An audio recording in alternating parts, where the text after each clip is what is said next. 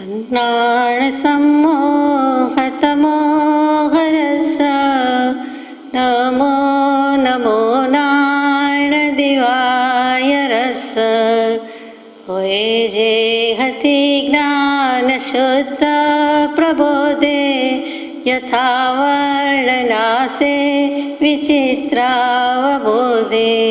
तेणे जाणिये वस्तु षट्द्रव्य भावा न हुए वितत्ता निजेच्छा स्वभावा रसास्वादनी जे अखंडित धारा सदा सेवता श्री गुरुराज मारा नमो प्रेमથી તે મના પાદમાં કૃપાએ કૃપાળુ કરો એમ માગું. સત્શ્રુતને નમસ્કાર, તારક ત્રિપુટીને નમસ્કાર, અસીમ ઉપકારી આત્માને નમસ્કાર, માવિત્રોને નમસ્કાર, માવિત્રો સમાન મુરબ્બીઓ, મુમુક્ષુને નમસ્કાર. પરમ કૃપાળુ દેવ પ્રણીત વચનામૃતજી પત્રાંક 153. વવાણિયા આસો સુધી બારસ શનિ વિક્રમ સંવત 1946. ધર્મેચ્છક ભાઈઓ, આજે એક તમારું પત્તું મળ્યું કૌંસમાં અંબાલાલનું. ઉદાસીનતા એ અધ્યાત્મની જનની છે. સંસારમાં રહેવું અને મોક્ષ થવા કહેવું એ બનવું અસુલભ છે. વિનીત રાયચંદના યથાયોગ્ય. ખંભાતવાસી પરમ પૂજ્ય શ્રી અંબાલાલભાઈ અને ત્રિભુવનભાઈ માણેકચંદભાઈ એ બંને ભાઈઓ અને બંને મુમુક્ષુ ભાઈઓને કૃપાદેવે આ પત્ર લખ્યો. 2 થી 2.5 લીટીનો પત્ર છે. એમાં પહોંચ આપી છે કે આજે એક તમારું પત્તું મળ્યું. અંબાલાલભાઈને પણ યોગ્યતા લાવવા માટે ઘણું બધું લખવામાં આવ્યું છે. ખીમજી દેવજીભાઈને પણ એટલું જ લખવામાં આવ્યું છે. એના જ અનુસંધાનમાં આગળ વાત જાય છે. 15 થી 20 પત્રો અંબાલાલભાઈએ લખી દીધા છે. કૃપાદેવે પ્રત્યુત્તર આપવાની કૃપા પણ કરી છે. એમાંનું આ એક પત્તું આસો સુધી બારસે લખ્યું છે. અને આસોવદી બારસે કૃપાદેવ સાયલાથી ખંભાત જવા પધારે છે અને શ્રી અંબાલાલભાઈને ત્યાં દિવાળીના દિવસો, દિવાળીનો પર્વ ઉજવાય છે. અને ખરેખર અંબાલાલભાઈને પણ જાણે કૃપાદેવની પૂરી પ્રતીતિ આવી ગઈ ને નાનરૂપી દીપ પ્રગટી ગયો. આસો સુદ બારસ, આસો વદ બારસે ઉપડે છે, પધારે છે. તે સાયલા હતા અને સાયલાથી ત્યાં ખંભાત પધારે છે. અને એક વખત બીજા કોઈ મુમુક્ષુને ત્યાં જમવા પધારેલા. બાકી 4 દિવસ કે જે ગણો તે દિવાળી પર્વ તે અંબાલાલભાઈના ઘરે ખંભાતમાં વિક્રમ સંવત 1946 પહેલાં જ વર્ષે, હજુ તો પરિચય સમાગમ હવે જ થાય છે, પત્ર સમાગમ થયો છે. બાકી પ્રત્યક્ષ દર્શનનો લાભ તો અંબાલાલભાઈને કદાચ ત્યારે જ મળે છે. તો ધર્મેચ્છક ભાઈઓ, આજે એક તમારું પત્તું મળ્યું એટલે કે અંબાલાલભાઈનું. પછી જવાબ આપે છે કે ઉદાસીનતા એ અધ્યાત્મની જનની છે. તમને બધાને ધર્મ જોઈએ છે, જ્ઞાન જોઈએ છે, પણ એ કેવી રીતે મળે? અધ્યાત્મ કેવી રીતે પ્રાપ્ત થાય? અધ્યાત્મની જનની કોણ છે? અધ્યાત્મ ક્યાંથી જન્મે છે, ક્યાંથી આવિર્ભૂત થાય છે? તો ઉદાસીનતાથી થાય છે. ઉદાસીનતા એટલે આપણે જાણીએ છીએ દિવેલ, કેસ્ટર ઓઇલ તો નહીં જ, કે એવું મોઢું કરી નાખવું, એવો મૂડ કરી નાખવો, એ તો બની શકે જ નહીં. ઉદાસીનતા કોઈક જુદી વસ્તુ છે અને તે કૃપાદેવે લખી છે. તે અંબાલાલભાઈને પણ કહે છે કે વૈરાગ્ય ઉપશમ લાવો. ગમે ત્યાંથી વૈરાગ્ય ઉપશમ વિના ક્યારેય કલ્યાણ થવાનું નથી, એ ખાસ કહેવું છે. અંબાલાલભાઈને એ વખતે વૈરાગ્ય તો છે અને સાથે સાથે શાસ્ત્ર સ્વાધ્યાય ચાલે છે, પણ જેવો વૈરાગ્ય અને ઉપશમ ફળીભૂત થવામાં જોઈએ તેવો થયો નથી. અને સત્સંગના યોગે થાય છે એમ પણ સમજાયું છે, એમ પણ સમજાવ્યું છે. એટલે ઉદાસીનતા એ અધ્યાત્મની જનની અહીંયા તો લખ્યું જ છે, પણ 77મો પત્ર આપણે જે વિચારેલો યથાશક્તિ કે લઘુ વયથી અદ્ભુત થયો તત્વજ્ઞાનનો બોધ, એ જ સૂચવે એમ કે ગતિયા ગતિકા શોધ. એના ટાઇટલ લેટર્સમાં, બ્લોક લેટર્સમાં જે મૂક્યું છે તે શું મૂક્યું કે સુખ કી સહેલીએ અકેલી ઉદાસીનતા, અધ્યાત્મની જનની તે ઉદાસીનતા. કે ઉદાસીનતા વિના અધ્યાત્મ હોઈ શકે જ નહીં. તો આ ઉદાસીનતા શું? તો પંડિત પ્રવર બનારસી દાસજીનું વચન છે. એટલે કૃપાદેવે કેટલો ન્યાય આપ્યો છે કે સુખ કી સહેલી, શાતા કી સહેલીએ અકેલી ઉદાસીનતા. એ 77મા પત્રમાં કે જ્યાં લખ્યું ત્યાં ઇન્વર્ટેડ કોમાસમાં લખ્યું છે કે આ હું નથી કહેતો, આ મારું બનાવેલું લખેલું વાક્ય વચન નથી, આ વચન બીજા કોઈનું છે. તે બનારસી દાસજીએ નાટક સમયસરમાં મૂક્યું. તે શું મૂક્યું જેથી આપણને ખ્યાલ આવે કે હાંસી મેં વિષાદ બસે, વિદ્યા મેં વિવાદ બસે. काया में मरण गुरु वर्तन में हीनता, सूची में गिलानी बसे गिलानी में प्राप्ति में हानि बसे, जय में हारी सुंदर दशा में छवि छीनता, रोग बसे भोग में संजोग में भी योग बसे, गुण में गर्भ बसे सेवा में ही हीनता, और जग रीति जैसी गर्भित असाता सेती, साता की सहेली है अकेली उदासीनता, सुख की सहेली है अकेली उदासीनता। सवैया 31 बहुत सुंदर जाने के गढ़वी चारण बारोट कोईक प्रचंड बुलंद अवाजथी आत्माना अवाजथी कुमारीथी गातो होय, साद पाडतो होय, पोतानो आत्मा शुद्धात्माने संबोधीने नाद आपतो होय, साद आपतो होय, तेवा टंकोत्कीर्ण वचन छे।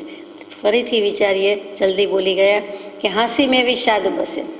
तो कंई पण हसवा जेवी वात कि हांसी होय छे तो हसवामांथी ज लगभग खसवुं थतुं होय छे। એ આપણો રોજબરોજનો દિન બદિનનો આ જીવનનો અનુભવ છે। હસવામાંથી ખસવું આપણને થાય કાં તો બીજાને થાય, અને તેમાંથી જ બધું પાછો પ્રપંચ સંસાર ઊભો થાય છે। તો હાંસી મેં વિષાદ બસે, આમ પણ બહુ હસ્યા હોય પછી કહીએ કે રડવાનો વારો આવે અથવા રંજ થાય, ખેદ થાય, વિષાદનો પ્રસંગ આવે, લગભગ દરેકના જીવનમાં એવું ક્યારેક ક્યારેક લાગતું હોય છે। એટલે જે ખડખડાટ હસવાની તો કૃપાદેવે ના જ કહી દીધી છે, એવી રીતે ઉચ્છૃંખલ લાગે એવી રીતે હસવાનું નથી, ખડખડ હસવું નહીં, એ બધું મહાનીતિમાં વિચાર્યું હતું। પણ જ્યારે કંઈક હસવાના પ્રસંગ છે તો કાંઈ પણ હાસ્યમાં શું દુઃખ રહેલું છે? ઘણા કહેતા હોય કે નિર્દોષ નિર્ભેળ નિર્મળ હાસ્યનો આનંદ છે, જોક સાંભળતા હોય તો નિર્દોષ આનંદ છે। ભગવાન કોઈ દિવસ એને નિર્દોષ આનંદ કહેતા નથી, એ નિર્દોષ આનંદ છે જ નહીં। એમાંથી તો કેટલાક ભાવોને ઉત્તેજન મળે છે, તેથી કરીને એને કોઈ નિર્દોષ આનંદ કહે નહીં। એ નિંદા નથી, એમાં નિંદા વિનાનો આનંદ છે એમ કહીએ તો ચાલે, પણ જે વસ્તુની વાત થતી હોય એમાં નિંદા હોય પણ ખરી। એટલે તેવી હસવાની વાત કે બીજી કોઈ ઠઠ્ઠા મશ્કરી હાંસી મજાક તો એમાં વિષાદ બસે। જ્ઞાન ગોષ્ઠીની ના નથી, ધર્મ ગોષ્ઠીની વાતની ના નથી, આત્મા સંબંધી ના નથી, અધ્યાત્મની ના નથી, પણ બીજી બધી કથા વિકથા હાસ્યની જે વાત આવે છે તેમાં હંમેશા એના અંતમાં વિષાદ રહેલો છે એમ કહે છે। વિદ્યા મેં વિવાદ બસે। વિદ્યા કોઈ પણ પ્રકારની મુખ્ય 14 પ્રકારની વિદ્યા છે, બાકી 64 કળા 72 કળા બહેનોની ભાઈઓની તે બધી જ કળા વિદ્યા કહેવાય છે। આત્મજ્ઞાન સિવાયની ગમે તે વિદ્યાને ભગવાન થતો અજ્ઞાન અવિદ્યા જ કહે છે। તો અહીંયા જે જ્ઞાન કે વિદ્યા કીધી છે તેની વાત લઈએ છીએ કે વિદ્યા મેં વિવાદ બસે। તો જે કંઈ શાસ્ત્ર અભ્યાસ કરે છે, અધ્યયન કરે છે, મુખપાઠ કરે છે, કંઠસ્થ કરે છે, ખંડન મંડન કરે છે, એટલે ત્યાં વિવાદ આવ્યો છે। ઉત્તર અને પ્રત્યુત્તર, ખંડન મંડન આવ્યા વિના રહેતું નથી। તો શાસ્ત્ર અધ્યયન કે કોઈ પણ વિદ્યા બીજાને તોડી પાડવા માટે, આમ જુઓ તો બધી વિદ્યામાં એવું જ છે કે આગલા બધા જ રેકોર્ડ કોઈને કોઈ પૂરા કરી દે છે, રેકોર્ડ બ્રેક કરી દેતા હોય છે। એવી જ રીતે વિદ્યામાં રહેલું છે, એકની પાછળ બીજો, બીજાની પાછળ ત્રીજો, એમ ચાલ્યા જ કરે છે, દોડ ચાલ્યા જ કરે છે। તો વિદ્યામાં પૂરેપૂરો વિવાદ રહેલો છે, એટલે એ પણ કરવા જેવું નથી, એમાં પણ સુખ નથી। કોઈને એમ થાય આટલા પુસ્તક વાંચી લઉં, આટલું શાસ્ત્ર જ્ઞાન લઈ લઉં, આટલું માહિતી સભર હોય, પણ તેથી શું? એ વિવાદને સ્થાન આપે છે, તે કરવા જેવું નથી। કાયા મેં મરણ, ગમે તેવી સુંદર કાયા હોય, ગમે તેવી યુવાવસ્થાવાળી કાયા હોય, તે પણ છોડીને તીર્થંકર દેવો ચાલી ગયા, કુદા રાખી શક્યા નથી। અને જે કાયાને કૃપાળદેવ રાખી શક્યા નથી, આપણે રાખી શકીએ એમ નથી। કોઈ ઘર એવું નથી કે જે ઘરમાં કાયા સાચવી શક્યા હોય, કોઈ એવી વ્યક્તિ નથી જે એમ દાવો કરી શકે મેં સાચવ્યું છે। તો કાયામાં મરણનો ભય, જન્મ છે ત્યાં મરણનો ભય છે જ, સંયોગ છે ત્યાં વિયોગ છે, એક આવે છે એક જાય છે, એટલે એમાં પણ કાંઈ સુખ તો છે જ નહીં। ગુરુ વર્તન મેં હીનતા। ગુરુ વર્તન, ગુરુ એટલે ભારે, અહીંયા ગુરુ એટલે સદગુરુ એ અર્થમાં નથી, ગુરુ એટલે ગુરુ વર્તન એટલે કે જ્યાં ભારેપણાનો અહેસાસ થાય છે, તે પણ અભિમાન આવી જાય છે, કોઈ પણ પ્રકારનું માન મદ આવે છે। જે 8 પ્રકારના મુખ્ય મદ કીધા છે તે એ પણ હીનતા છે। હકીકતમાં મોટાઈ નથી, પણ મોટાઈમાં નીચતા અથવા તો નમ્રતાની બદલે અધમતા રહેલી છે, એટલે ગુરુવર્તન મેં હીનતા। મોટો ભા થઈને વર્તવા રહેવા જાય છે, એટલે એમાં તો હીનપણાનો જ અનુભવ છે, હાણ જ થાય છે, નુકસાન જ થાય છે। એ નમ્ર નથી, પણ ત્યાં નિકૃષ્ટ કે નીચો કે અધમ થાય છે। કૃપાળદેવે પણ એક પત્રમાં મૂક્યું, આપણે વિચાર્યું હતું 85મા પત્રમાં, કે જેટલા પોતાની પૂતગલિક મોટાઈ છે તેટલા હલકા સંભવે। ત્યાં એમ થતું હતું કે હલકા કેમ? હલકા એટલે વજનમાં હલકા નહીં, એ છાબડું તો નીચું બેસે છે, ઊંચું થાય જ નહીં અભિમાન મતથી ભરેલા હોય એટલે, પણ હલકા એટલે ત્યાં નીચ અધમ એવી નિકૃષ્ટ કોટીમાં મૂકી દીધા છે। ઉત્તમ પુરુષ નહીં, અધમ પુરુષ અને વિષયી પુરુષ ને પામર પુરુષમાં મૂક્યા છે।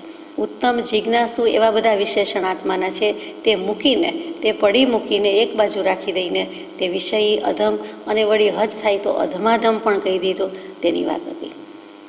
તો એમાં પણ કાંઈ મજા નથી. પણ જગત આખું ધડકૂટમાં પડ્યું છે. પ્રભુ શ્રીજીના બોધમાં આવે આ ધડકૂટ છે, નહીં કડાકૂટ, નહીં માથાકૂટ, પણ પોતે જ ધડકૂટ કરે છે કે માથા કૂટે છે એમ ધડકૂટ કરે છે. એટલે જાત પાતના અભિમાનમાં રહે છે, છાકટો થઈને ફરે છે, મત્ત ઉન્મત્ત થઈને ફરે છે, અને તે હીનતા છે. શુચિ મેં ગિલાની બસે, શુચિ પવિત્રતા, વ્યવસ્થિત મન એ સર્વ શુચિનું કારણ છે. કૃપાદેવનો પત્ર છે. તો અહીંયા પવિત્રતાને કેમ ગ્લાની કહી દીધી? તો કે પવિત્રતા ગમે તેટલી હોય તેમાં પણ ગ્લાની બસે છે. દેખીતી રીતે ચંદનની, સુખડની, શુદ્ધ જળની, માટીની બધાની પવિત્રતા હોય તો પણ તેમાં ગ્લાની છે. ગમે તેટલો નિર્મળ પવિત્ર આત્મા હોય, કોઈ સાધુ પુરુષ હોય તો એમ થાય એના કપડાં કેવા ગંદા છે, ત્યાં આપણને જુગુપ્સા કે નિંદા કે એવી કોઈ ગ્લાની આવે છે. એવી રીતે ઘણી બાબતમાં કેટલીય વ્યક્તિ માટે, કેટલી વસ્તુ માટે તરત જ પવિત્ર હોવા છતાં ગ્લાની આવી જાય છે. એટલે પવિત્રતામાં ગ્લાનીનો વાસ આ રીતે રહેલો છે. પ્રાપ્તિ મેં હાનિ બસે, કાંઈક પ્રાપ્ત કરવાની ઈચ્છા તો જીવ માત્રની છે, અને કાંઈક મેળવવા જાય છે ત્યાં હંમેશા નફો કરવા જતાં નુકસાનનો ધંધો વરી લે છે. ધર્મ કરતાં ધાડ પડે છે, અને હા કહેતા હાણ થઈ જાય છે, હાંસી મજાક થઈ જાય છે, નુકસાન થાય છે. હા એટલે છોડી દેવું, ત્યાગી દેવું, અને હા પરથી શબ્દ આવ્યો તે હાનિ, હાણ વગેરે વગેરે. એટલે નફાની બદલે નુકસાન, ખોટનો ધંધો કરી બેસે છે. પ્રાપ્ત કરવા જાય, સુખ પ્રાપ્ત કરતા સુખ ટળે છે. લેશે એ લક્ષે લહો, એમાં સુખ છે જ નહીં. અને જ્યાં સુખની ઈચ્છા છે, જ્યાં સુખની પ્રાપ્તિ કરવા જાય છે ત્યાં પીછેહટ થાય છે, પાછો પડે છે. જય મેં હારી બસે, ક્યાંક વિજય મેળવે છે એટલે પોતાનો વિજય એમ માને છે. એ પણ હજુ માને છે, આરોપ કરેલો છે, આરોપનું સુખ માને છે, આરોપિત સુખ છે, પણ બીજાની તો હાર થઈ ને. એટલે પોતે જો વિજય મેળવે છે એમ લાગે છે તો એક પક્ષે આવે છે, જમા થાય છે, એક પક્ષે ઉધાર છે, એટલે એમાં હાર રહેલી છે. અને શેનો વિજય મેળવ્યો? કેટલી વસ્તુનો મેળવ્યો? શેના પર મેળવ્યો? સ્થૂળ વસ્તુ મળી, પૌદ્ગલિક વસ્તુ મળી, ભૌતિક વસ્તુ મળી. પોતે કાળ પર વિજય મેળવી શક્યો નથી.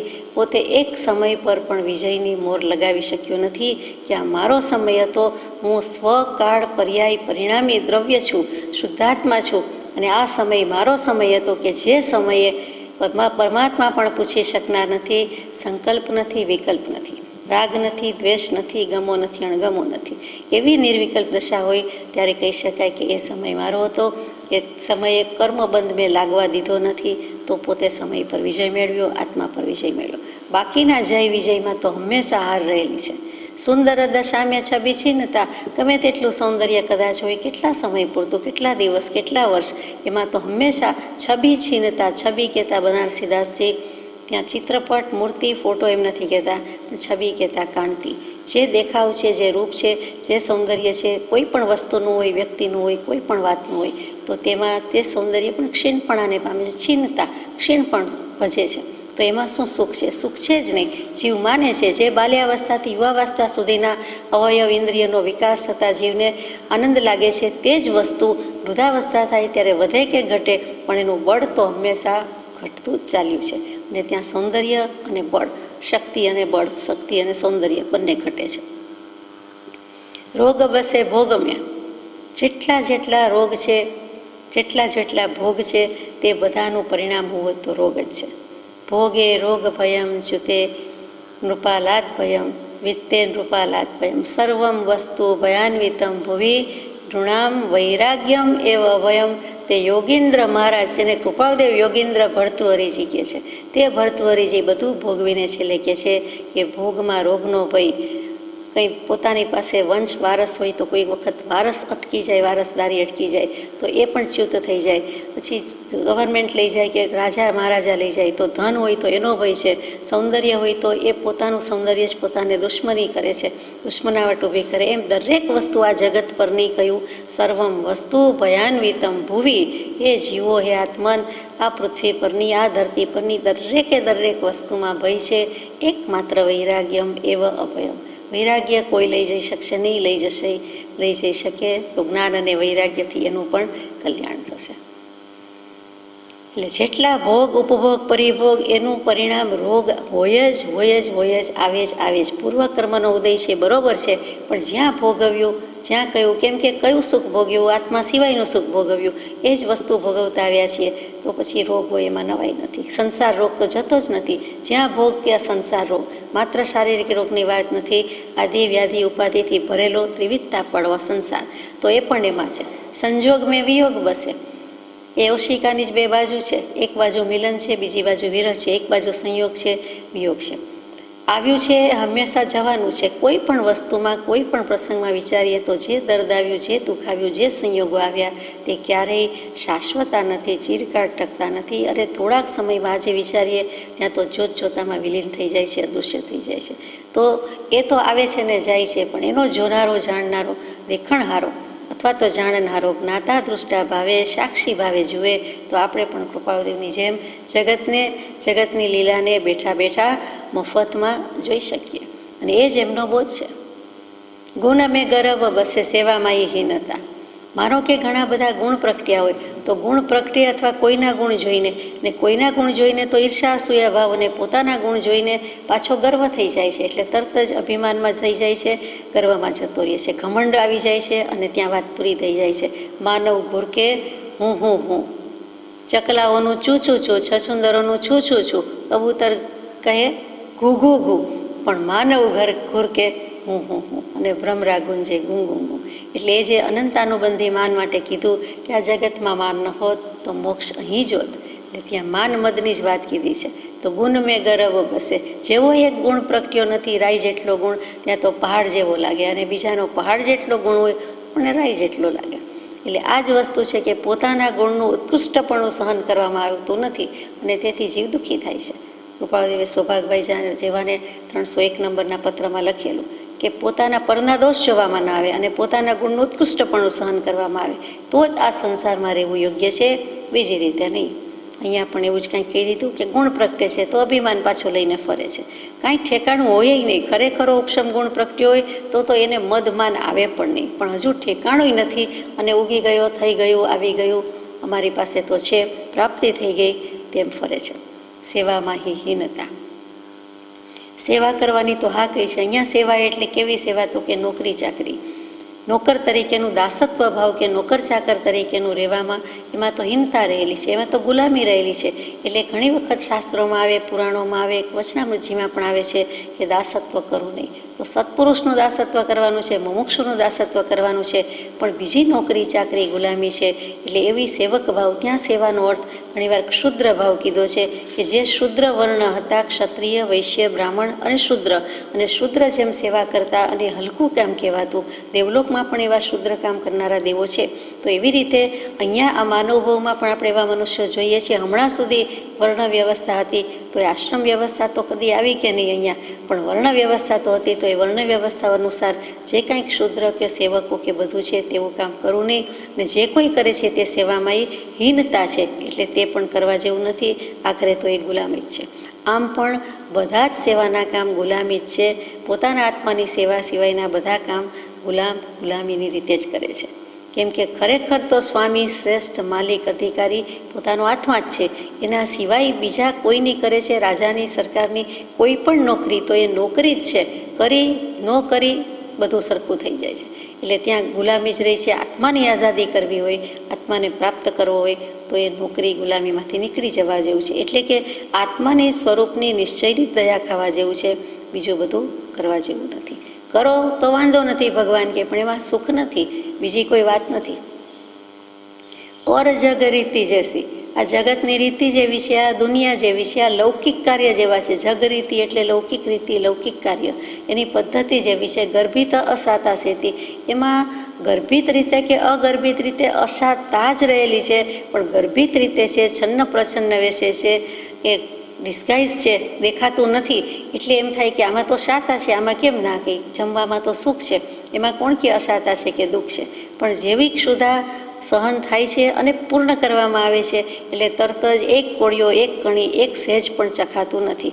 વળી પેટમાં ગયું તેથી સુખરૂપ માને છે, હકીકતે સુખરૂપ હોતું પણ નથી, એ આપણો અનુભવ છે. તો પછી શું કામ બીજા બધામાં ગર્ભિત રીતે અસાતા રહી છે? તો આપણે સાતા માનીએ છીએ એમ કૃપાળુદેવ કહે છે, બનારસીદાસજી કહે છે, સાતા કી સહેલી હે અકેલી ઉદાસીનતા. સાતાની સહેલી કહી દીધી, સાથે ફરે છે, સેલગાએ નીકળે છે, સાથે જ ચરે, સાથે જ ફરે. સહેલી તો બે જુદીએ પડી જાય. આ તો સહેલી એવી સહચરી, સાહચર્ય. જ્યાં સાતા છે ત્યાં સહેલી છે કઈ? તો કે ઉદાસીનતા. એકમાત્ર અકેલી ઉદાસીનતા, એકલી ઉદાસીનતા જે ગુણ એવો છે. એકલી જનની એક જ છે, માં એક જ હોઈ શકે છે. તો આ એક જ જનની એવી છે કઈ છે? તો કે ઉદાસીનતા, કે તે અધ્યાત્મને જન્મ આપી શકે છે. અને સાતાની સહેલી કીધું, સુખની સહેલી. જો સુખ માણવું હોય સહજ, સાથે જન્મે છે, સાથે ચરે છે, તે સહેલી સાથે જ રહે છે. બીજી સખી જુદી છે, આ સખી જુદી છે. શુદ્ધાત્મા અને એની સખી ઉદાસીનતા, એ બંને વચ્ચેનું સાહચર્ય હોય, સંબંધ હોય. તેમ કહે છે કે સાતા કી સહેલી હે અકેલી ઉદાસીનતા. મનમાંની ઉદાસીનતા જુદી, અહીંયા અકેલી ઉદાસીનતા કીધું છે. કેવલ સિર્ફ માત્ર ફક્ત કેવલ જ્ઞાન જોઈએ છે, જરૂર મળે આત્મજ્ઞાન એના પહેલાં જોઈએ. આત્મજ્ઞાન જરૂર મળે એની પહેલાં અકેલી ઉદાસીનતા જોઈએ. તો એવી ઉદાસીનતા એ અધ્યાત્મની જનની છે. આ ઉદાસીનતા આવે એટલે અધ્યાત્મ પ્રગટે જ પ્રગટે અને આત્મામાં જ જીવરીએ. ઉદાસીનતાનો જ્યાં વાસ, સકળ દુઃખનો ત્યાં છે વાસ. અને પાછી 107મા પત્રમાં છેલ્લે કહી દીધું, વવ છે વટની છે દશા રામધામ આવીને વસ્યા. આત્મરામ કૃપાળુદેવ ભણનો ગુણનો શીખનો કરનો જ્ઞાનારામ. આ જ્ઞાન પદની વાત છે ને જ્ઞાનમાં આરામ કરવાની વાત છે, જ્ઞાન પંચમીની વાત છે. ઉદાસીનતા એ અધ્યાત્મની જનની છે. સંસારમાં રહેવું અને મોક્ષ થવા કેવું એ બનવું અસુલભ છે.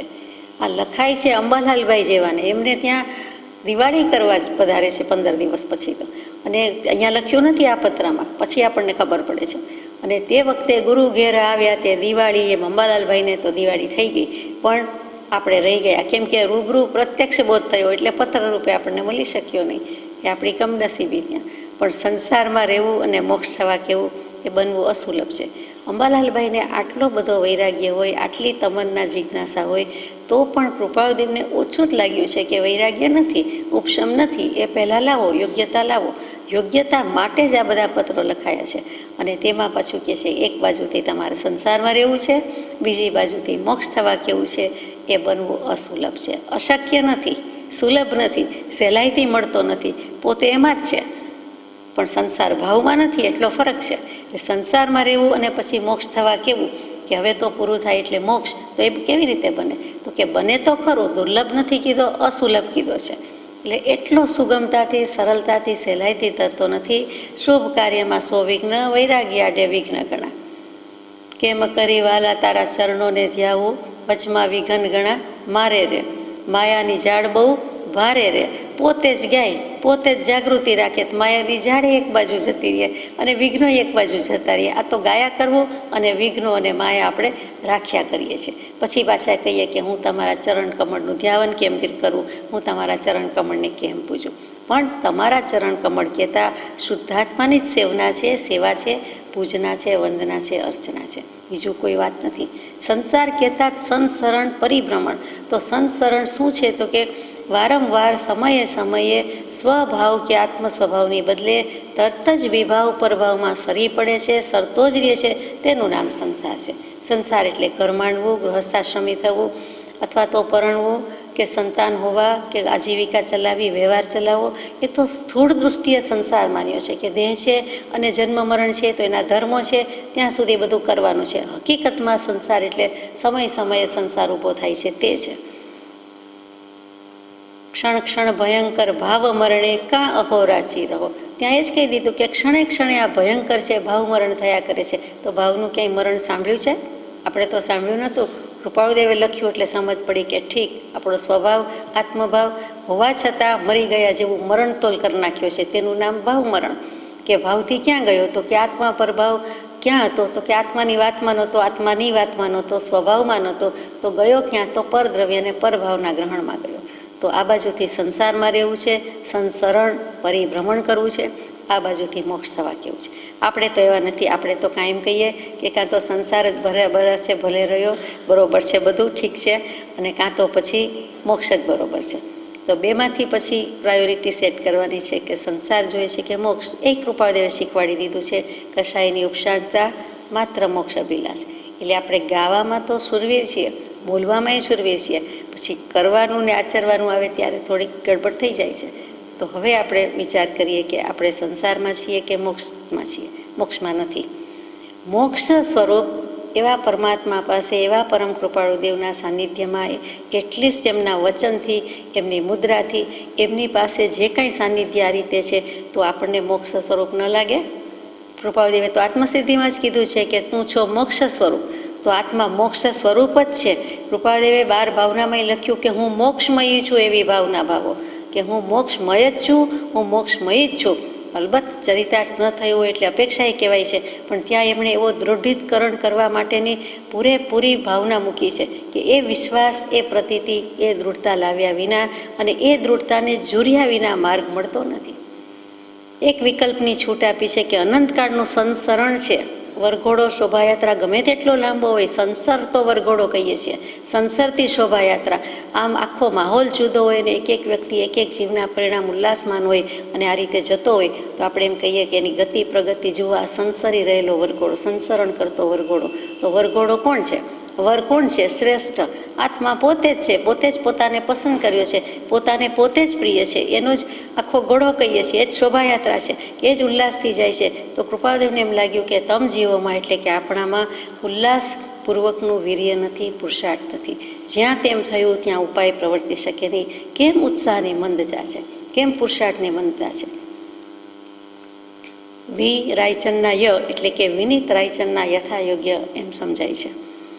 પછીનો પત્ર છે પત્રાંક 154. કોને લખ્યો એ ખબર નહીં, એટલે કોઈનું નહીં તે આપણું, સૌનું તે કોઈનું નહીં, પણ કોઈનું નહીં તે સૌનું. મોરબી, આસો, વિક્રમ સંવત 1946. એટલે આ બધી 1889-90ની જ વાત છે, 120-21 વર્ષ પહેલાંની વાત. ત્યારે પ્રભુ મોરબી પધાર્યા છે, ત્યાંથી લખ્યો છે. ઓમ. ત્યાં પંચ પરમેષ્ઠી સહજાત્મ સ્વરૂપને પહેલાં યાદ કર્યું છે, નમસ્કાર કર્યા છે. બીજા સાધન બહુ કર્યા, કરી કલ્પના આપ, અથવા અસદગુરુ થકી ઉલટો વધ્યો ઉતાપ. દોરા રૂપે સુંદર મૂક્યું છે કે આજ સુધીમાં એ ભગવંત બીજા સાધન બહુ કર્યા. બીજા સાધન શું? એક સાધન હોય તો આત્મ સાધન, એક સિવાયની જે કોઈ વાત હોય તે બીજી, ત્રીજી, પછી આગળ ચાલે. તો એક આત્મા સિવાયના પહેલા જ શબ્દમાં બધું કહી દીધું. બીજા સાધન, છપદનો પત્ર તો કે અનન્ય શરણ, બીજું કાંઈ નહીં, બીજેથી ન મળે, જેનાથી કોઈ શ્રેષ્ઠ ચડિયાતું નથી તે અનન્ય.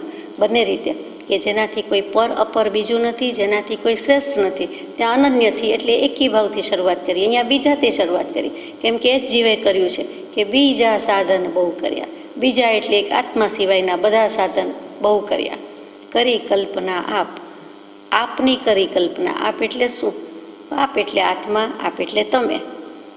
એટલે એ કોઈ ગુરુ હોય ન હોય તો આપણે કહીએ કે હે ગુરુ, તમે જ અમારા ગુરુ છો, અને એમાં પણ આત્મા છે, આપ છે, તમે છો, સદગુરુ છો, એમ આપણે કલ્પના કરી દીધી, તરંગ કરી દીધા, ખ્યાલ મૂકી દીધા, જુદી જુદી રીતે કરી દીધા. કરી કલ્પના કહ્યું છે કે અમે એમાં આત્માની કલ્પના કરી દીધી. ધ્યાન કરતા હોઈએ તો એમ થાય કે અમને ધ્યાન જામી ગયું. પદ્માસન વાળ્યું, કાયોત્સર કર્યો તો જાણે દેહને આત્મા બે જુદા દેખાવા માંડ્યા, લાલ પીળું દેખાવા લાગ્યું. અથવા તો આ તો યોગીશ્વર છે, આ તો ખાસ યોગાચાર્ય જ છે, એટલે બધા યોગ કરતાં કરતાં તન મન બધે બરાબર સ્થિરતા આવી જાય, ઉપયોગની સ્થિરતા આવી જાય તેવું છે. તો એ બધું કરતાં કરતાં એમ કંઈ કલ્પના કરીએથી કલ્યાણ થતું નથી. એ બધી કલ્પના જ છે, એમાં કંઈ આત્મા પ્રાપ્ત થાય તેવી વાત નથી. એટલે બીજા સાધન બહુ કર્યા, કરી કલ્પના આપ. આત્મા વિશેની કલ્પના પણ કેવી કરી કે આ જ આત્મા હોય ને, આત્મ સ્વરૂપ આ જ હોય ને, આત્મ સ્વરૂપ આથી બીજું શું હોઈ શકે? પણ આત્માનું સ્વરૂપ શું? સિદ્ધાત્માનું ચિંતન કરતા હોય ને જે સિદ્ધ સ્વરૂપની ઝાંખી ભાંતિ થતી હોય અને આપણને એમ થાય કે બસ આવો જ નિરંજન નિરાકાર આત્મા જાણે કે મેં જોયો, કે જાણે એનું જ રટણ રહ્યું. અરે રહેતું જ નથી. સ્વપ્નમાં આવે તો પણ જીવ ખુશ ખુશ થઈ જાય કે હવે તો મને જાણે આત્મદર્શન થઈ ગયું. સ્વપ્ન દર્શન થયું, આત્મદર્શન નથી થયું. સ્વપ્ન અવસ્થા લાગે તો જુદી વાત છે. આ તો સ્વપ્ન દર્શન અને આત્મદર્શનને સાથે સાંકળી લે, એમ કંઈ આત્મ સાક્ષાત્કાર થઈ જતો નથી. આપણને સ્વપ્નમાં ભગવાન પધારે તો બહુ સારી વાત છે કે હાથી ઘોડાને, સિંહ નાગને, ચોરને બધા બીક લાગે એવા સ્વપ્ન આવે એના કરતાં 100% સારું છે. પરંતુ તેથી કરીને કંઈ આપણે ભગવાન સાથે વાત કરી અથવા દર્શન કર્યા કે આત્મદર્શન થયું તેમ તો નથી. એ ભ્રાંતિ છે. આપણે કોઈક વખત ભ્રાંતિના સ્વરૂપમાં ઘણી વાત થઈ છે એટલે આગળ જઈએ કે એવી બધી રીતે ખોટા તરંગ ખ્યાલને ધારણા કરીને બીજા સાધન બહુ કર્યા કરી કલ્પના આત્મા વિશેની કલ્પના કરવામાં પણ કાંઈ બાકી રાખ્યું નથી. કેટલીક વખત કોઈ જીવ કહેતો હોય કે શાંતિથી કાયોત્સર્ગમાં બેઠા હતા એટલે પછી શરીર એટલું હળવું ફૂલ લાગે કે આંકડાના રૂ કરતાંય જાણે હળવું, રજકણ કરતાંય હળવું અને જાણે ગગનમાં ઉડું છું એવું લાગે. અને કોઈ જીવ એમ પણ કહે કે એટલું ભારે લાગે કે કોઈને ઉઠાડવા બોલાવવા પડશે, એટલું શરીર ભારે લાગે. તો દેહની ક્રિયા છે અને દેહમાં જણાય છે, પણ એ ચેતનનું સ્વરૂપ નથી, એ જળનું સ્વરૂપ છે. તો એમાં કંઈક એવું થયું હોય, કાં તો બ્લડ સર્ક્યુલેશનના પ્રોબ્લેમ થાય તો ભારે ખમ લાગે, એથી આત્મા દેખાઈ ગયો, અથવા કોઈ પણ કારણે હળવું ફૂલ લાગે તેથી આપણે આત્મા પ્રાપ્ત થયો એમ તો નથી. અને આવું બધી ગફલત કે આવી ધારણા કલ્પના ખોટા નિશ્ચય કરીને પાછા નિશ્ચય અને ખોટા કરે, મિથ્યા અને શ્રદ્ધા કરે, એટલે ક્યાંક મેળ પડે. શ્રદ્ધા તો અશ્રદ્ધાળુ નહીં કહેવાય જ ને. જે કોઈ કહે છે કે અમને અમારા ઈષ્ટદેવ દેવીમાં શ્રદ્ધા છે એને પણ શ્રદ્ધા જ છે ને, પછી આગળ શબ્દ લગાડી દેવો પડે કે મિથ્યા શ્રદ્ધા, અંધશ્રદ્ધા, જળ શ્રદ્ધા. પણ ખરેખર શબ્દ તો શ્રદ્ધા જ આવ્યો. અહીંયા આત્માની વાતમાં એ શ્રદ્ધા શબ્દ કામ લાગે તેમ નથી. પછી દરેકને એમ થાય કે પોતાના ઈષ્ટદેવ દેવીથી કલ્યાણ થાય છે, તો એ પણ બીજા સાધન જ આવ્યા. સાધન ખરું પણ બીજા. પછી સમજવું પડે તો ખરેખર સાધન શું છે. અથવા અસદગુરુ થકી ઉલટો વધ્યો ઉતાર. અને આજ સુધીમાં કુદેવ, કુગુરુ, કુધર્મની સદરણા પ્રરોપણા કરી એવું રોજ બોલી જઈએ, આલોચનામાં ખાસ બોલીએ, પણ તસ મિચ્છામિ દુક્કડમ, પણ પાછા હતા ત્યાં ને ત્યાં, ઠેરના ઠેર. તો તે જ વખતે એમ થાય કે સદગુરુ તત્વની ભૂલથી સરવાળો મારો ખોટો પડ્યો, મોક્ષે જવાની બદલે સંસાર આવ્યો. તો એક ગમે એટલી રકમ સાચી હોય પણ એક રકમની ભૂલ, એક આંકડાની ભૂલ, લાખો સરવાળો ખોટો, એ એક રકમ કે આંકડાની ભૂલ સતદેવ તત્વમાં નથી, સદધર્મ તત્વમાં નથી, સદગુરુ તત્વમાં છે. જેના આશ્રયે કે આધારે આપણને સાચા દેવ કે સાચા ધર્મનું ઓળખાણ થવું જોઈએ તે નથી થઈ શકતું, એટલા માટે તે તત્વની ભૂલ થાય. એટલે કે અસદગુરુથી ઉલટો વધ્યો ઉતાપ, ઉલમાંથી ચૂલમાં પડ્યા. કંઈ નહોતા જાણતા તો જુદી વાત હતી, આ તો જાણ્યાનું અભિમાન આવ્યું અને જાણતા તો કાંઈ છીએ નહીં. એટલે ખરેખર ઉતાપ વધી ગયો, તાપ વધી ગયો, ઉતાપ કયો ઉત્કૃષ્ટ પ્રકારે તાપ વધી ગયો. મને આદિવ્યાધિ ઉપાધિનો ત્રિવિધ તાપ તો હતો, પણ હે ભગવાન, હવે આ ત્રણેય તાપ ટુ ઇટ્સ ફુલેસ્ટ મેક્સિમમ ઉતાપ ઉત્કૃષ્ટપણે વધુમાં વધુ થઈ ગયો. શું કામ? તો કે અસદગુરુની આરાધના કરતાં કરતાં. તો એ તો કરવા જેવું નથી. પ્રશ્ન અહીંયા એમ થાય કે સાધન કોને કહેવાય? સાધન શબ્દ શું? કંઈ પણ વસ્તુ સાધવી છે, સફળ થવું છે, સાધના કરવી છે, એના માટે જે કોઈ ક્રિયા, પ્રવૃત્તિ, અનુષ્ઠાન, ભાવ, જે કંઈ વાત છે તેનું નામ આપણે સાધન કહીએ છીએ. બરાબર? આ આપણી સીધી સાદી વાત છે. આમ પણ સાધન શબ્દ એટલો બધો વ્યવહારમાં વાપરીએ કે સાધનનો વિચાર જ નથી આવતો. જ્યારે જ્ઞાની ભગવંતો સાધનની ઘણી વિશ્લેષણ ને મીમાંસા કરે છે. વેદાંત દર્શનથી લઈએ તો ત્યાં જે રીતે સાધન મૂક્યા છે તે, કેમ કે કૃપાદેવે ઘણું બધું વેદાંતની રીતે લીધેલું છે જેથી બંનેને સમજાય.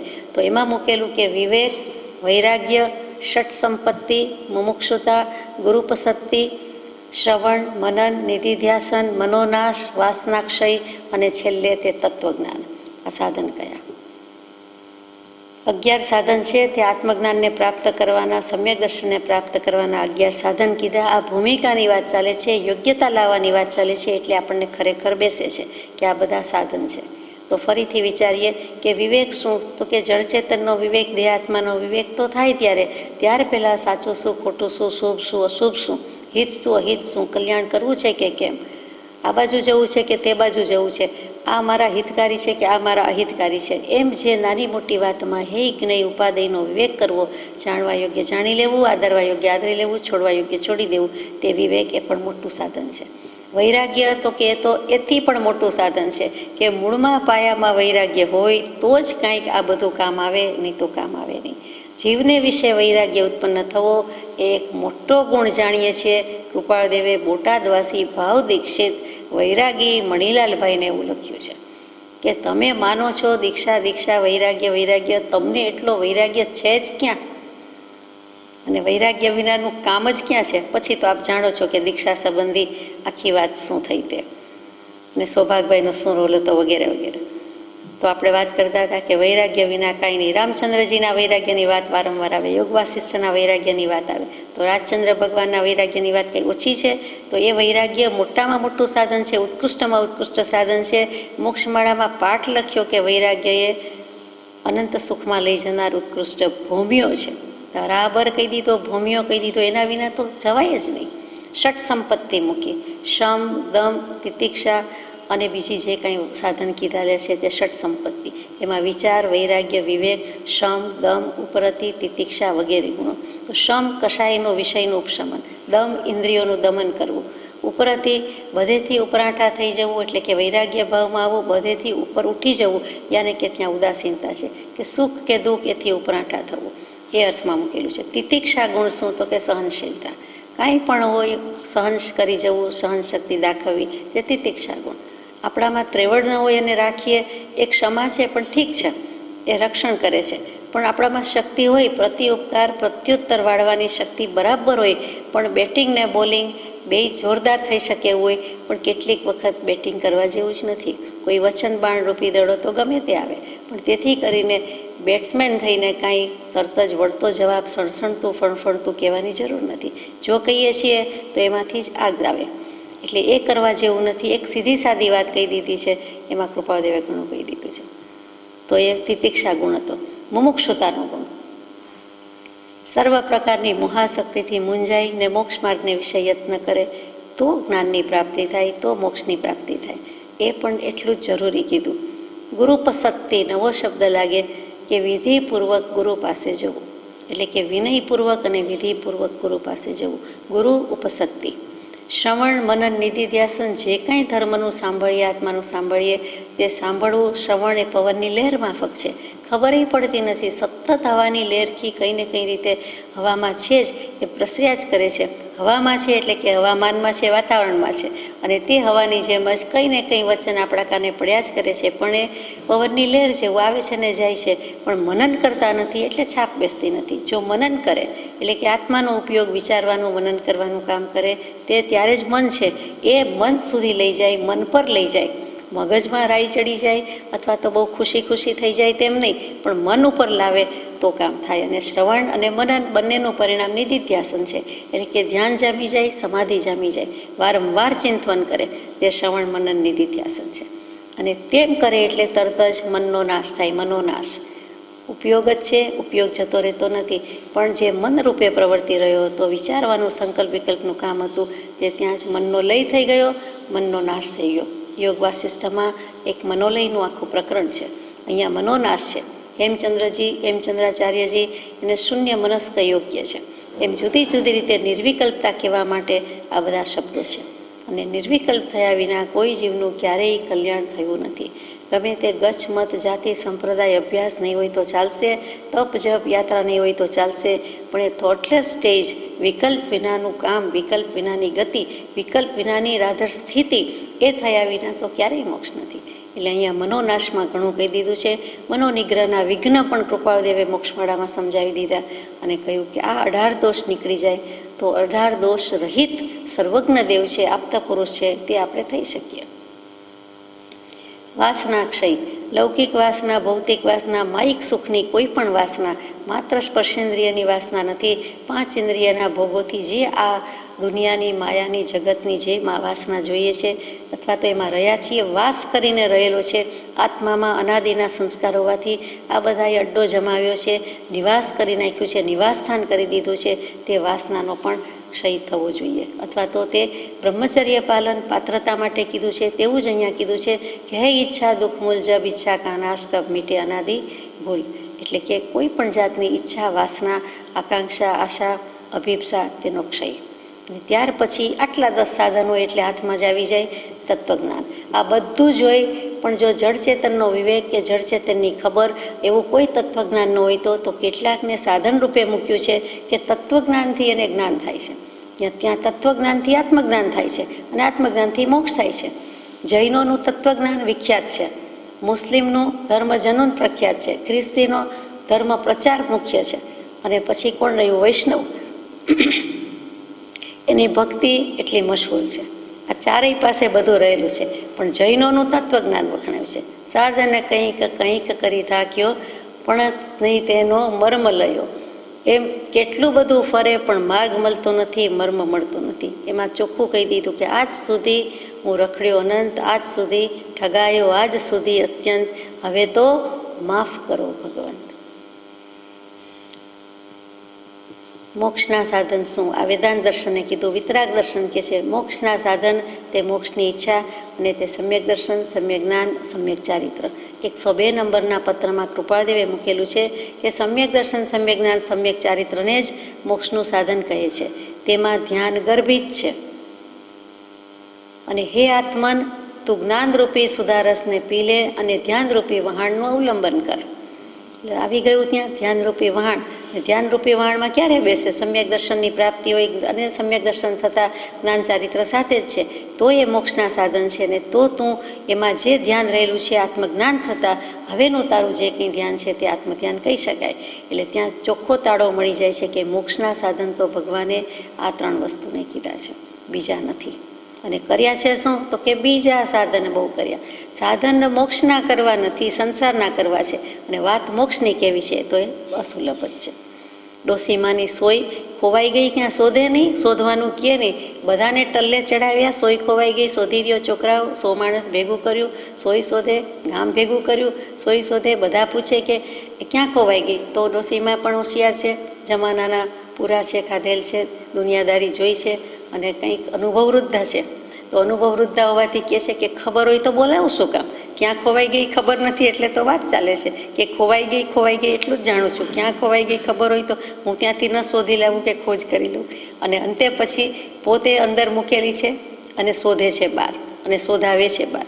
પછી છેલ્લે કોઈક આપના જેવાએ પૂછ્યું હશે કે હવે છેલ્લે ક્યાં હતા, કે ક્યાં બેઠા હતા, કે કંઈક એવું પૂછ્યું તો વાતચીતમાં કહે કે અહીંયા સીવતી હતી કે અહીંયા બેઠી હતી. તો પછી જ્યાં બેઠા હોય ત્યાં જ પડી ગઈ હોય ને. પ્રથમ પોતાના કપડામાં ખોડામાં પડી જાય, નહીં તો ઊભા થઈએ તો તેટલી જગ્યામાં પડે.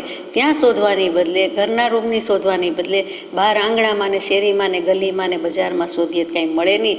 એવો જ ઘાટ આપણે કર્યો છે કે અંતરનું સુખ અંતરમાં છે. અને તે થવા માટે બાહ્ય પદાર્થો સંબંધીનું આશ્ચર્ય ભૂલ, અને એ ભૂલ્યું ભૂલાતું નથી તો ત્યાં સુધી અમૂલ્ય એવો આત્મા, અમૂલ્ય એવું જ્ઞાન જીવન, કૃપાળદેવ કે પ્રપંચે આવરેલું વયું જાય છે. મોહ બળવાન છે. અગાઉ ધર્મતેરસના દિવસે આવ્યું કે રાગ બળવાન છે એટલે રાગ કરવાની ના છે. પછી વળી કે આજ્ઞામાં જ એકતાન થવું જોઈએ, તો આપણે 14ને દિવસે આજ્ઞાની વાત કરી. દિવાળીને દિવસે તો એ પછીના પત્રો આવ્યા. અને હવે અત્યારે પાછું આ જ પર્વ ચાલી રહ્યું છે, પૂર્ણાહુતિના આરે છે આ દીપાવલી પર્વ. ત્યારે આપણને કહે છે કે સાતાકી સહેલીએ અકેલી ઉદાસીનતા. વળી પાછું આવ્યું કે બીજા સાધન તો બહુ કર્યા, જે કરવાના છે એક સાધન કરવાનું છે, એક આત્મસાધન.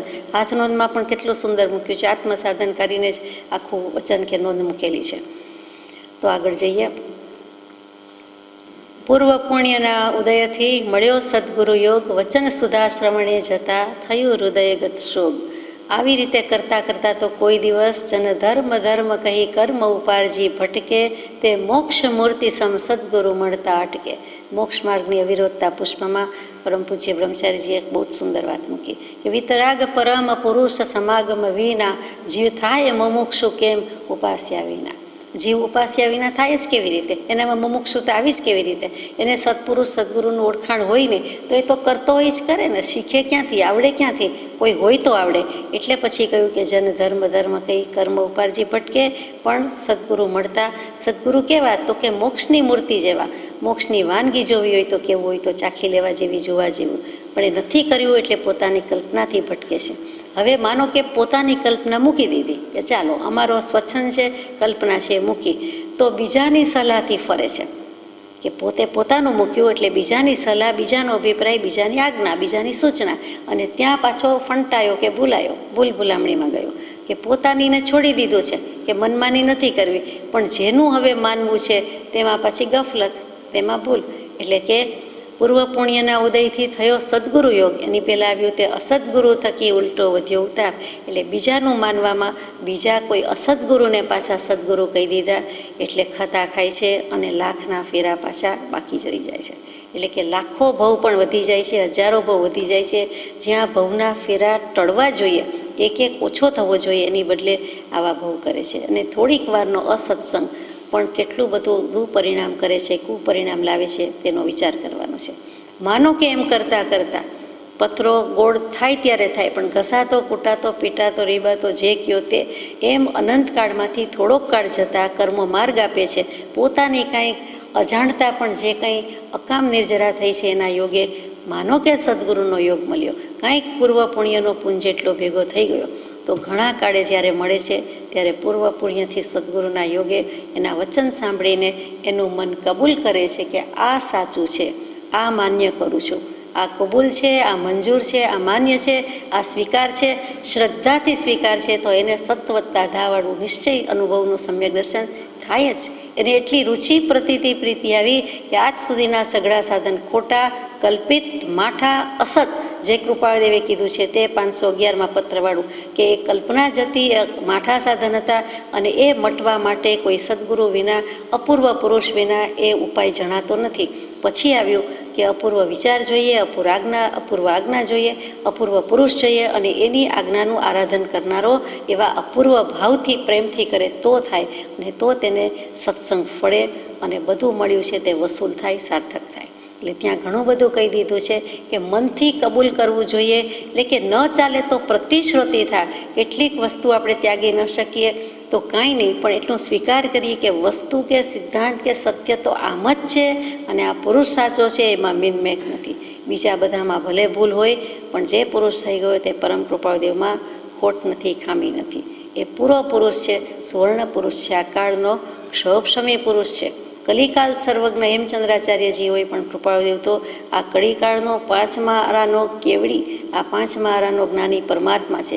સદેહે વિચરી ગયો થોડાક વર્ષ પહેલાં, 100-150 વર્ષ પહેલાં, અને ખબરેય પડી નહીં, અને ઘણા ખરાને ખબર પડી નહીં. આજે પણ આપણને એટલું ઓળખાણ થતું નથી. અને ક્યાંથી આવે તો કે વચન સુધા શ્રવણે જતા થયું હૃદયગત શોક.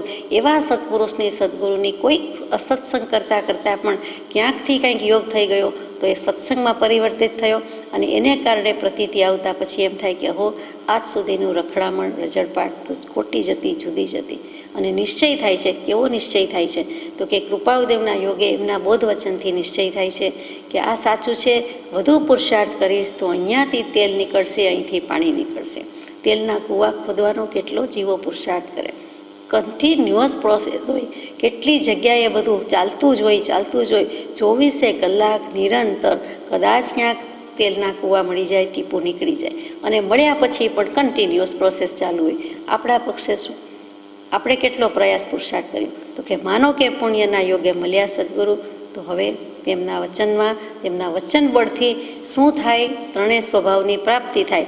અહ સત્પુરુષના વચનામૃત, મુદ્રા, સત્સમાગમ. ત્યાં અપૂર્વ સ્વભાવ, નિર્વિકલ્પ સ્વભાવ, અંતે અયોગી સ્વભાવની પ્રાપ્તિ કરાવી દે. એટલું આ વચનામૃતજીમાં, એટલું સત્પુરુષના બોધમાં, એ બોધના ધોધમાં, અને મંગલાચરણ રૂપે મુકાયેલો પ્રભુશ્રીજીની આજ્ઞાથી પત્ર. એ પત્ર છે 875મો, પ્રભુશ્રીજીને લખાયેલો એ પત્ર છે. કૃપાળદેવ તરફથી કૃપા પ્રસાદી છે, અને એ પ્રસાદીને પ્રભુશ્રીજીએ વોટ ઓફ થેન્ક્સ હોય, જાણે કે સતત આભાર, ઉપકાર વેદતા હોય, એટલે મંગલાચરણમાં મૂક્યું છે. એ પુરુષની ભાવનાને, ભક્તિને પણ ધન્યવાદ છે કે તો આપણા સુધી આવ્યું, તો આ મંગલાચરણનું મહાત્મ્ય લાગે. તો કબૂલ કરે છે, જેવું માન્ય કરે છે, મંજૂર કરે છે કે હવે વધુ પુરુષાર્થ કરીશ તો વધુ શાંતિ અહીંથી મળશે, એમ પાક્કો નિશ્ચય થાય છે. એક આત્મા માટે સત્સંગનો લક્ષ્ય, અને પછી હવે જે ગાથા છે તે લઈએ કે એક હવે સત્સંગ જ કરવો છે, બીજું કાંઈ કરવું નથી. તો સાધન ચતુષ્ટયની વાત, વિવેક, વૈરાગ્ય, મુમુક્ષુતા, શબ્દમાદી ષટ સંપત્તિ, એ બધું કર્યા પછી હવે વચન સુધા શ્રવણે જતા થયું હૃદયગત શોક. શોક રહિત થયું. શોગ લખ્યું છે, પ્રાસ મેળવવા નથી લખ્યું. શાસ્ત્રોમાં, પુરાણોમાં, બધામાં અલમ શોકે ન બહુ આવે. છેલ્લે આવજો, જય પ્રભુ, જય Jinendra, take care of yourself, drive carefully, એમ જે બધા છેલ્લે આશીર્વચનો બોલાતા હોય છે, કે સલાહાત્મક, સૂચનાત્મક આદેશ થતા હોય છે, તેમ છેલ્લે શાસ્ત્રોમાં કહી દે છે જ્ઞાની પુરુષો અલમ શોકે ન. જેમ વીતરાગ થવું છે તેવી રીતે રાગની વાત આવી. હવે વિત શોકની આવે છે કે હૃદય ક્યારે શોક રહિત થાય, આત્મા ક્યારે શોક રહિત થાય, કોઈ પણ પ્રકારનું દુઃખ ન હોય, તે કોઈ ખેદ ન હોય, વિષાદ ન હોય, એ બધું જ ન હોય ત્યારે શું હોય તો કે રાગ હોય. તો એ તો વિતરાગની વાત કીધી છે કે વિતરાગમાં હોતું નથી. તો એવી જ રીતે શોક ન હોય, દ્વેષ ન હોય, એટલે પછી રાગના અંશ પણ ઓછા થવાના, જવાના. એટલે ક્યાંય ખેદ રાખવા જેવું, અફસોસ રાખવા જેવું, વિષાદયુક્ત થવા જેવું નથી. વિષાદ શબ્દ બહુ સુંદર છે, ભગવદ્ ગીતામાં મૂક્યો છે તે કે શ્રી કૃષ્ણ અને અર્જુન વચ્ચેની વાત, એમાં અર્જુનનો વિષાદ યોગ મૂક્યો. તો એ જે વિષાદ કહીએ છીએ એ જ આપણને વ્યવહારમાં જુદી જુદી રીતે આવે છે, કાં ખેદ રૂપે, કાં થાક રૂપે, કાં રંજ રૂપે, કાં અફસોસ રૂપે, અજંપો રૂપે. છેવટ શોક એટલે સોચ પણ ખયું, પછી છેવટ ખોટા ખોટા વિચાર કલ્પના કરીએ છીએ, એ પણ શોકમાં આવી ગયું. એટલે શોકના બંને અર્થ છે, એક દુઃખ રૂપે કહીએ છીએ તે, બીજું સોચ વિચાર કહીએ છીએ તે, અને બંનેનો સરવાળો થયો ક અને ગ, તે અહીંયા આવી ગયું કે શોક. એટલે કે ગમે તે રીતે શોક રહિત થઈ જાય છે. ભગવાનના વચનમાં એટલું બળ છે. આ અશાતામય સંસારમાં છાંટે ત્યારે શીતળ પાણી, એવી મારા રાજની વાણી.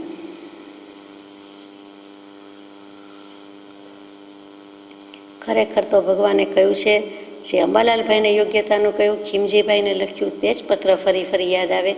કેમ કે ખીમજીભાઈને જે 47માં પત્ર લખ્યું એમાં લખ્યું છે કે ખરી તો પાત્રતા, શબ્દ સહજ કહું છું કે ખરી તો પાત્રતા, પણ હું કૃપાળુદેવ કશાય આદિક ઉપશમ ભાવ પામવામાં નિમિત્તભૂત થયો, એ હવે આ જીન શાસનની, દીર્ઘગ્રંથ પ્રવચનની શાસનની કૃપા પ્રસાદી છે. એટલે કે કૃપાળુદેવે સ્વીકાર્યું કે ખીમજીભાઈ કહે છે કે તમારા નિમિત્તે, તમારા પસાએ, તમારી કૃપાથી આમ થયું, ત્યારે કૃપાળુદેવ સ્વીકાર કરે છે. સ્વીકાર મોટી વાત છે કે ખરી તો ખીમજીભાઈ તમારી પાત્રતા, અથવા તો કોઈ પણ જીવની પાત્રતા હશે તો થશે, પણ હું તમને વિષય કશાયના ઉપશમનમાં નિમિત્ત થયો, ઉપશમ પામવામાં. ચાલો, એ પણ બહુ સારી વાત છે કે હું નિમિત્તભૂત થયો, તો હવે બીજા જીવોને પણ નિમિત્તભૂત થઈશ. પછી પાછું તરત જ કહી દે છે, સદગુરુના ઉપદેશ વિના ને સુપાત્રતાની ખામીજી, કાળ અનંત ગયો તે કારણ વિના ભાન હે સ્વામીજી. એટલે ત્યાં પણ પાછી પાત્રતાની વાત તો મૂકી જ દીધેલી છે. 192માં પત્રમાં કીધું કે વ્યવહાર ચિંતાનું વેદન ઓછું કરવું એ એક માર્ગ પામવાનું સાધન છે. 192મો પત્ર, અને એમાં છેલ્લે મૂક્યું છે, વચ્ચે મૂક્યું છે કે વ્યવહાર ચિંતાનું વેદન ઓછું કરવું એ પણ એક માર્ગ પામવાનું સાધન છે. મોક્ષ માર્ગ પામવાની વાત ચાલે છે. તો વ્યવહારની ચિંતા હોય શું? આધિ વ્યાધિ ઉપાધિ સિવાય. તો એ વ્યવહાર ચિંતાનું વેદન ઓછું કરવું, એ જાણવું પણ વેદવું નહીં, વેદન ઓછું કરવું. એટલે આપણે હું સુખી, હું દુઃખી થઈ જાય છે, તે ભાવમાં રહેવા પડવા જવા જેવું નથી.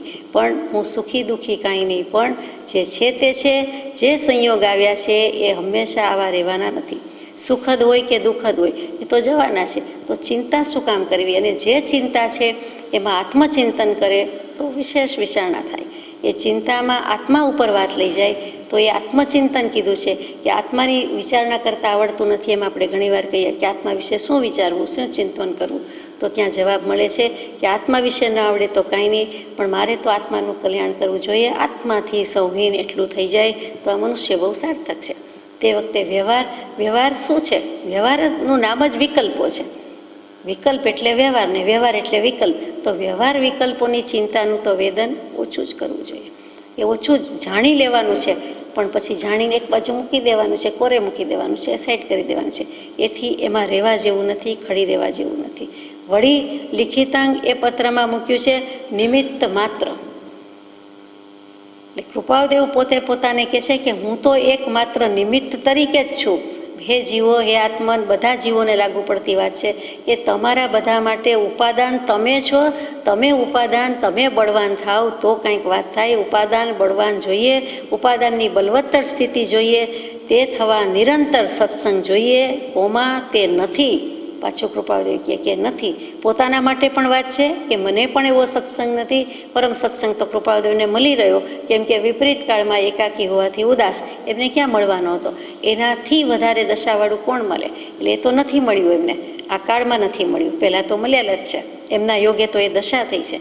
પણ પછી પાછું આવું કહી દે છે કે આ રીતે વિપરીત કાળમાં એકાકી હોવાથી ઉદાસ, એ ઉદાસીનતા જ એમને મોક્ષે લઈ ગઈ. ઉદાસીનતા એ અધ્યાત્મની જનની છે, અને પછી મોક્ષની જનની પણ એ જ કહેવાય, બીજું તો કોઈ છે નહીં. તેમ છતાં એ ભાવ કોણે કર્યા? ઉપાદાને પોતે કર્યા. ઉપાદાનની યોગ્યતા વિના અને સામે નિમિત્ત પણ મળ્યા વિના થતું નથી. બંનેની પરિપક્વતા જોઈએ છે તેમ કીધું. માત્ર ઉપાદાન કરીએ એટલે કૃપાળદેવે પાછું કહી દીધું કે ઉપાદાનનું નામ લઈએ જે તજે નિમિત્ત પામે નહીં સિદ્ધત્વને રહે ભ્રાંતિમાં સ્થિત. ત્યાં પાછું એમય કહી દીધું છે. વળી પાછું નિમિત્ત જોઈએ છે, ઉપાદાન પણ જોઈએ છે. તો અહીંયા આ જે પાત્રોને લખાયું છે ત્યાં કૃપાળદેવ લિખિત અંગમાં નિમિત્ત માત્ર કહે એટલે કેટલું બધું કે હું શું કરી શકું, હું તો નિમિત્ત છું. તમે યોગ્યતા લાવો, તમે યોગ્યતા લાવો. તમે યોગ્યતા લાવશો તો એની મેળે થઈ રહેશે. યોગ્યતા એમ જ આવી રહેશે એવું અંબાલાલભાઈને લખે છે. પછી આગળ છેલ્લી કડી છે. નિશ્ચય એથી આવ્યો ટળશે અહીં ઉતાપ, નિત્ય કર્યો સત્સંગમે એક લક્ષ્યથી આપ. નિશ્ચય એથી આવ્યો, હવે મને નિર્ધાર થઈ ગયો છે કે અહીંથી ઉતાપ ટળશે. આ પરમ કૃપાળદેવથી આપણે નિર્ધાર કરીએ છીએ કે અમારો ઉતાપ અહીંથી ટળશે, અમારું અકલ્યાણ અહીંથી ટળશે અને કલ્યાણ મળશે. સદગુરુ મળ્યા છે તો બધું હવે ફળવામાં જ છે. કૃપાળદેવ મળ્યા છે, ભગવાન જ છે. સદગુરુ, જ્ઞાની અને પરમાત્મામાં કોઈ ભેદ નથી. જે ભેદ માને છે તેને પરમાર્થના માર્ગની પ્રાપ્તિ અસુલભ છે એ આપણે જાણીએ છીએ. એટલે એ બેમાં કોઈ ભેદ નથી. અને છેલ્લે કૃપાળદેવ પોતાના માટે લખતા હોય એવી રીતે કરીએ છીએ, કહે છે કે નિત્ય કર્યો સત્સંગ મેં. જાણે કે કૃપાળદેવ પણ એમ કહે છે કે મેં પણ નિત્ય સત્સંગ જ કર્યો છે, સત્સંગનું જ પાન આરાધન કર્યું છે અને તેથી આ દશાએ પહોંચ્યો છું. એક લક્ષ્યથી આપ, એક આત્માના લક્ષ્ય જ કર્યું છે. સત્સંગ તો બધાએ કર્યો છે, કરતા આવ્યા છે, આજે પણ કરે છે, પણ એક લક્ષ્યથી કરતા નથી. એકમાત્ર આત્માના લક્ષ્ય કે આત્માર્થના લક્ષ્યથી કરી શકતા નથી. બાકી સત્સંગ જેવું ઉત્કૃષ્ટ બળ્યું સાધન કાંઈ નથી. વૈરાગ્ય, ઉપશમ અને આ બાજુ સત્સંગ. તો કદાચ જ્ઞાની ભગવાન તો આપણને કહે તો પહેલું, સહેલું, વહેલું, ઉત્તમમાં ઉત્તમ સાધન કોઈ હોય તો તે સત્સંગ અને સત્સંગ છે.